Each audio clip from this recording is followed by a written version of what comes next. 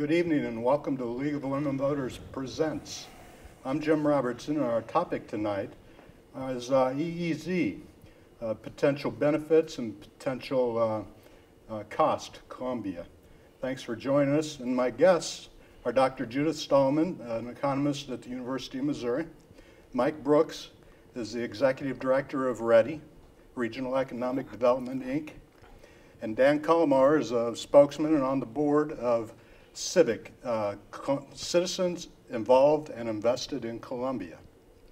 This topic tonight is EEZ, Enhanced Enterprise Zone, and since EEZ entered the lexicon of Columbians in about July 2011, there's been a lot of debate, a lot of controversy, a lot of discussion and movement.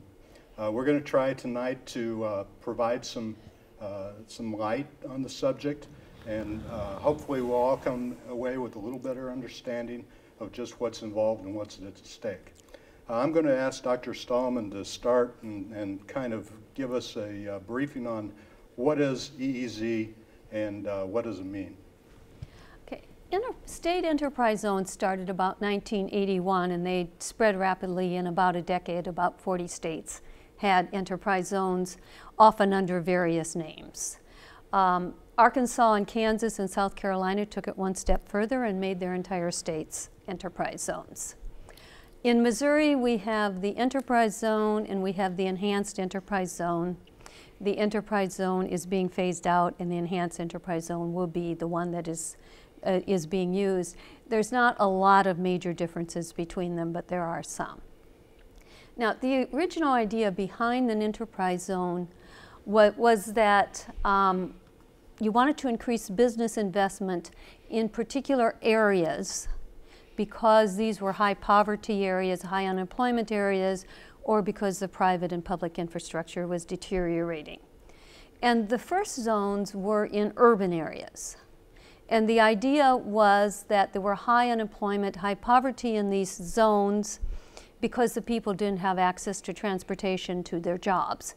And so we'll move the jobs where the people are. And for that reason, most of the enterprise zones to this day still have some incentives in them for hiring people within the zone or hiring people who are long-term unemployed. Many of the zones also have focused and continue to focus on manufacturing, because manufacturing in the 1980s were very good jobs for people with high school degrees or even those that didn't have a high school degree. So that's sort of just a quick background on what they are and how they got started. And the interesting question is, what does research tell us about their effectiveness?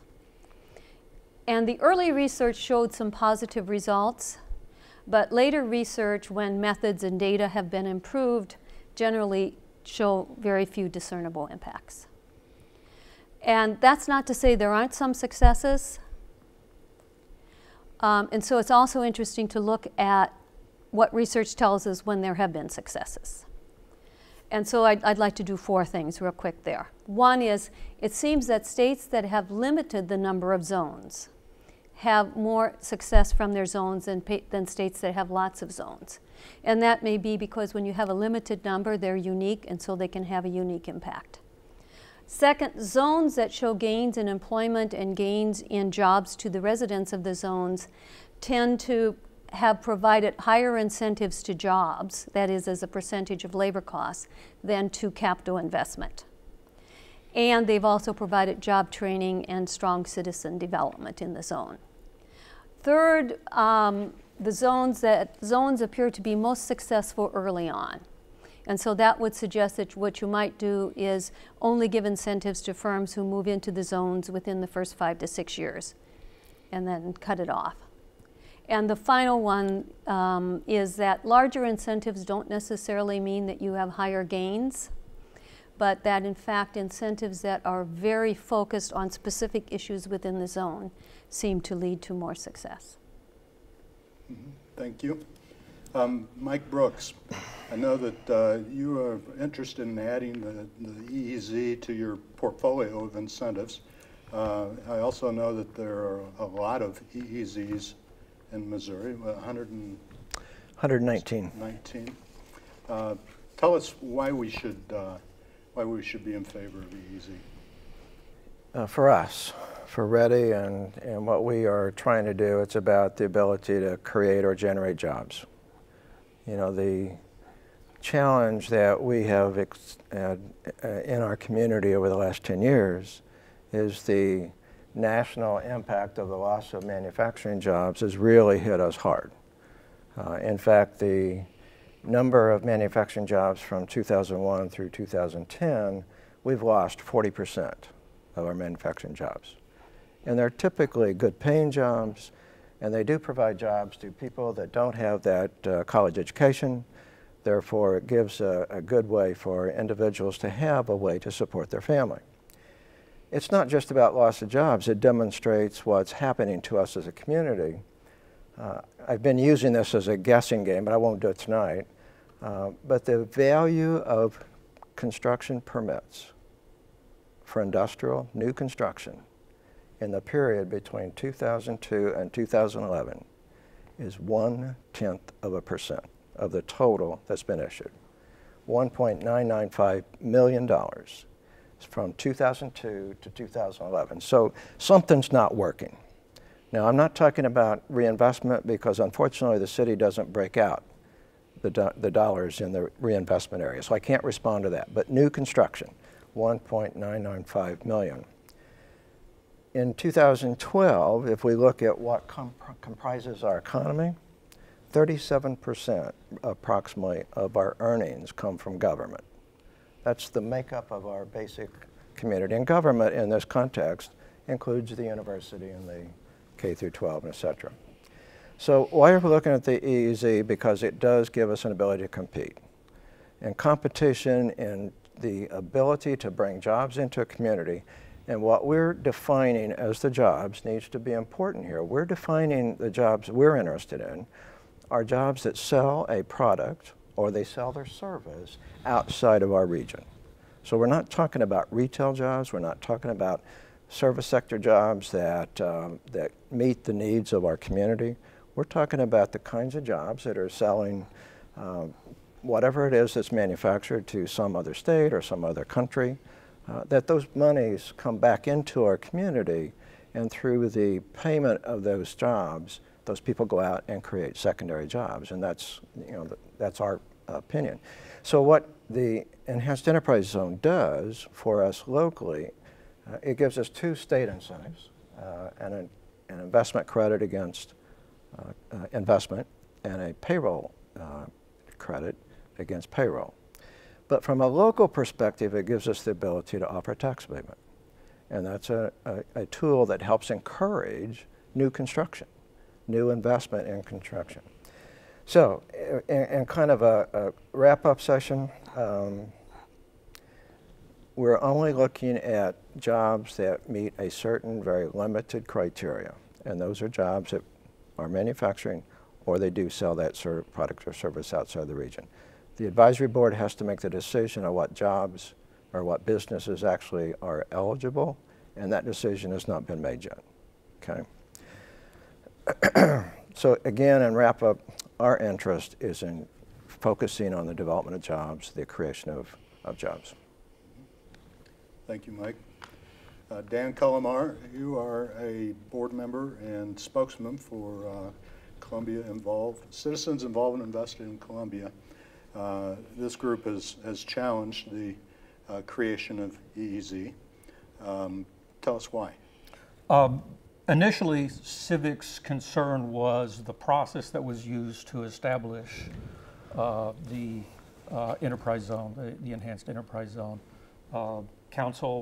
City Council voted by resolution without any public hearing to establish a zone and to declare almost 60% of Columbia blighted, and that woke a lot of people up. What CiViC has been focused on since that time has been, first of all, repealing that resolution and putting it through a proper process for, and the council finally passed an ordinance, which is the way that the city code and charter states that something like that's supposed to be done. Since then, we've been focused on broadening the conversation, asking the questions that we think need to be asked so that citizens have an idea of what the enhanced enterprise zone would bring to Columbia.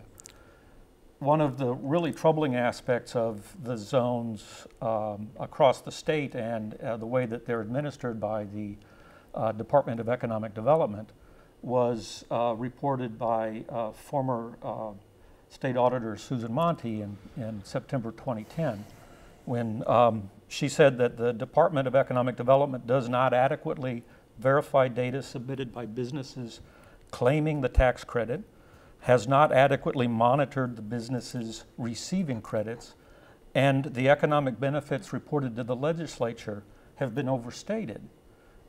Basically what that means is that we have no data on whether or not these things work, and the predictions are exaggerated.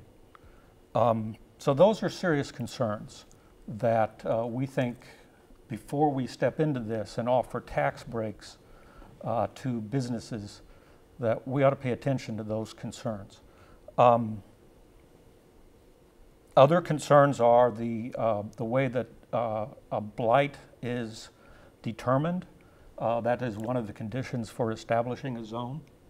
And there are no, the statute that on the state books does not really define how that is to be done. And so far Columbia Council, the city staff, no one has determined how blight will be judged in Columbia. And we think that's an important aspect that needs to be publicly vetted.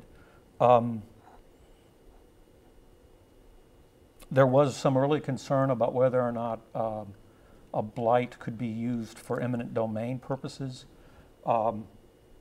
That may or may not be an issue yet. The legislature did craft an amendment to a law enforcement bill that exempted EEZs from eminent domain, but that may be subject to a Hammersmith challenge, and we just don't know yet how that will play out. It does speak, however, to the need for citizen vigilance.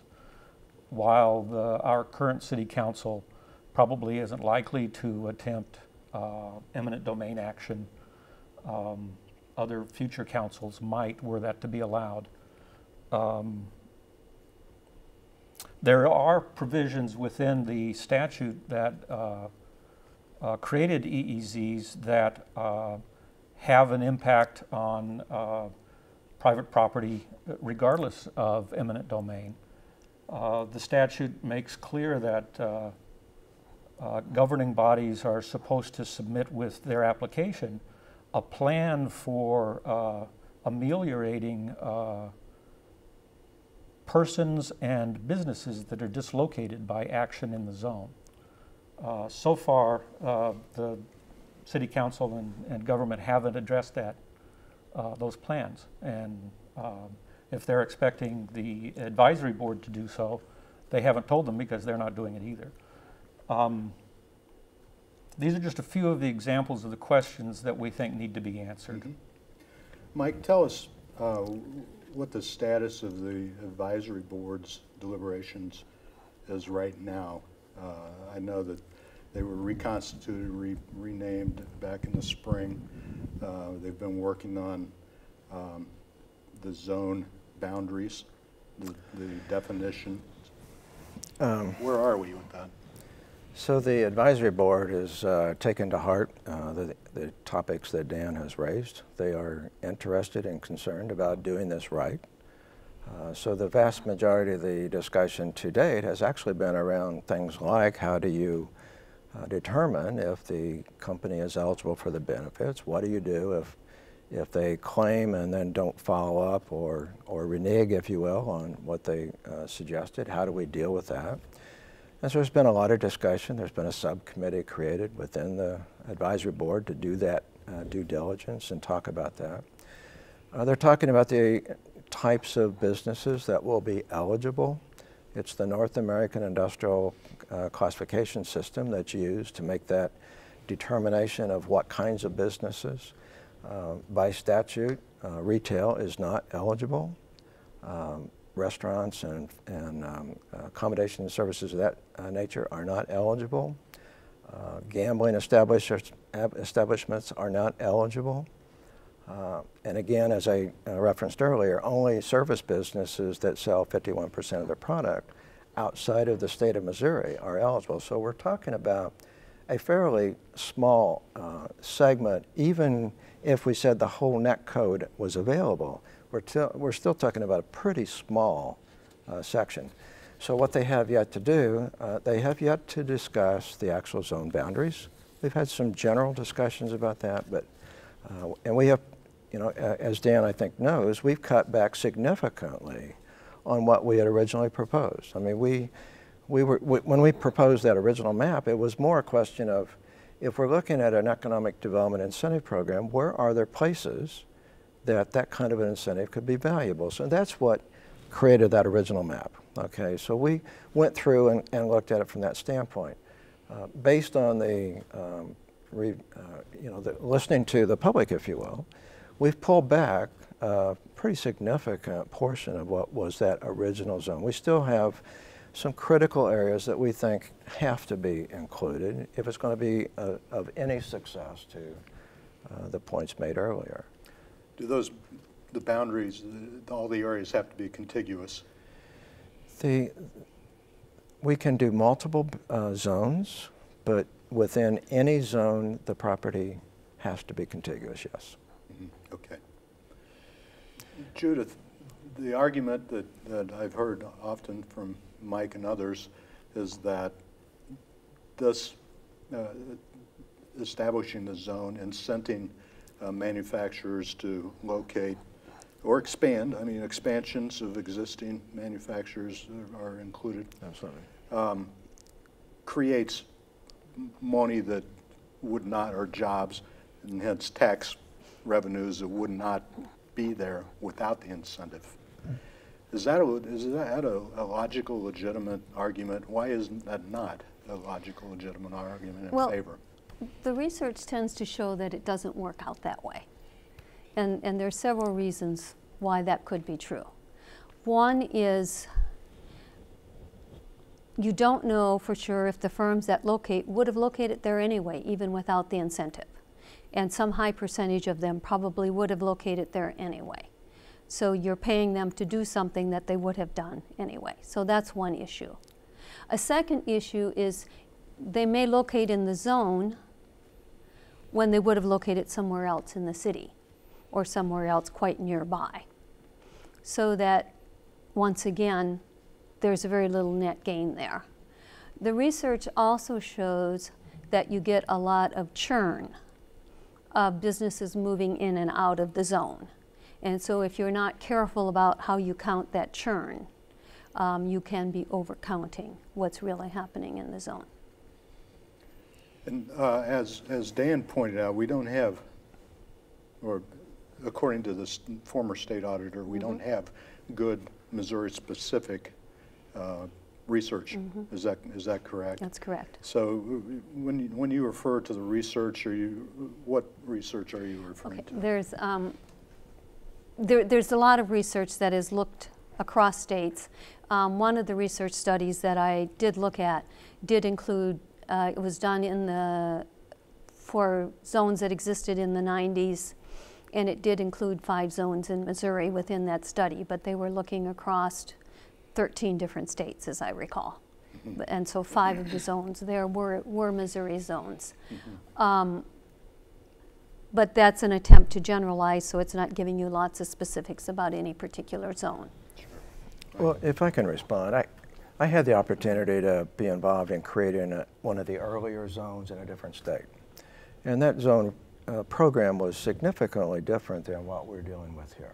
That program really was targeted at trying to bring investments into a targeted area, and the benefits went not only to the business, but also went to the recipients of the jobs. So if you lived in the zone, you got an extra benefit. And at least in the example I know of, there was a fund created that helped redirect dollars back to improvements in that area. That's not what this program does. There is absolutely $0 collected by REDI, by the city of Columbia, by the county of Boone. There is $0 that are collected by virtue of the administration of this program. In fact, whoever administers it, whether it's REDI or somebody else, they're not going to get paid for doing that. There is no resource that is generated there. So this program, as I view it, is distinctly different than some of the earlier enterprise zone programs. This one really is focused, at least in our context, on that manufacturing element. And we will be able to track what happens. We will have the ability to demonstrate, regardless what the Department of Economic Development does.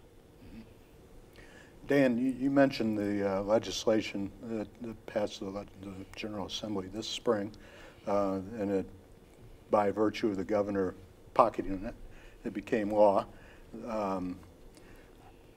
Dealt with the eminent domain threat. Absent that, is your group more inclined to take a better view of the enterprise zone? Well, there remain several issues that we're concerned about. And I should say that we have not taken a position for or against EEZs. What our position is about the conversation that is had. There are a number of people who would like us to say no, but we haven't done so. One of the issues is the fairness of using tax abatements and credits to foster economic development. These geographically targeted incentives will reward some businesses simply by virtue of the fact that they're within the zone, and penalize any other business that's not in the zone. So if you have one business that's in the zone and another business outside the zone, they make a comparable investment, the one inside the zone is going to pay less tax. And I think that there's a fundamental fairness issue there that local banker and columnist Bob Roper made note of and said, looks like to him corporate welfare and crony capitalism, and it's just plain un-American. Mike, I saw you shaking your head. You want to jump in here? You know, this is a very interesting subject. The fact that a company may or may not benefit by virtue of the location, you know, that would argue that we should have the whole city as a zone. What we're focused on is, as I pointed out earlier, $1.995 million of new construction has occurred in the last 10 years. So the number of projects, the number of dollars being invested in what we're focused on isn't happening. There is no new tax revenue coming in, either through personal property for equipment in those plants or for the plants because we're not making those investments. That's our focus. Do you have comparable numbers for the previous decade? No, this is the city's data that came back. Sure. Okay. You know, obviously I'm 3 years in Columbia, so I don't have a lot of personal information about the records, but my understanding PepsiCo, or Quaker Oats, was the last industrial company to come in, and I believe that was in the late 1990s. I can't tell you the exact year. That sounds right. Do you, okay, we're going to have to wrap it up here pretty quick. I'd like to go through and give you each an opportunity to kind of summarize your viewpoint one more time. Judith, do you have any? Well, as I said, there have been some zones that have been successes, and so it would be worthwhile to look at what the research tells us helps to constitute success and see how well we can do that if we're going to do it. And I do think that monitoring of firms is getting much better, and Columbia certainly can monitor firms independently of what the Department of Economic Development does. It's going to require the city to write some contracts with these firms, as one business would do with another business. They would write a performance contract to make sure that things happen. Mm-hmm. Does that sound like what's going to happen with the EEZ? I don't know that I would use the term contract, but certainly an agreement will be necessary. And that agreement also is between the company and the state. So, you know, we're part of that process. Right. You know, my wrap-up comments, economic development is not just about incentives. And we've talked long and hard about the value of creating manufacturing jobs in our community. We're focused on workforce development.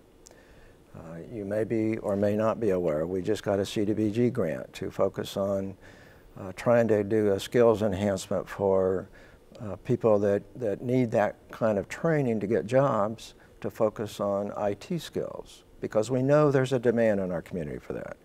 We're working right now with Moberly Community College and the Columbia Career Center, trying to develop a training program for our industrial technicians that are necessary in the community. So we're doing a lot of other things besides just working on EEZ.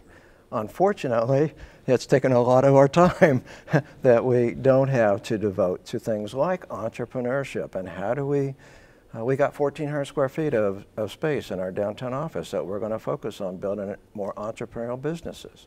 And that is a clear priority for us. How do we, instead of recruiting companies, how do we start growing our companies? How do we put more emphasis on planting the seed and watering that seed in agricultural terms, since everybody here has got an agricultural background? How do we take care of tending the garden, if you will, economic gardening, whatever you want to call it?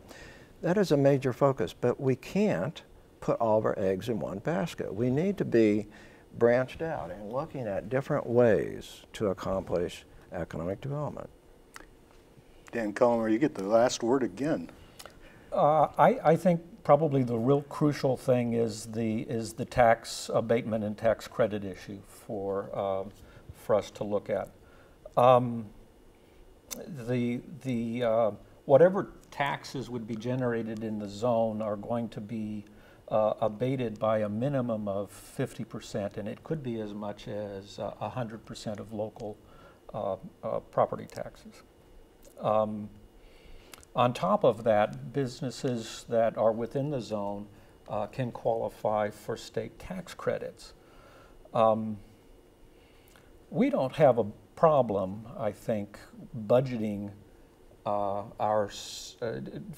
meeting our state budget in this in Missouri if we consider doing things like cutting Medicaid benefits to the blind.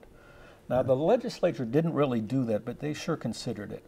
One of the problems is that in 2010, tax credit redemptions for all the Missouri tax credit programs grew to $521.5 million.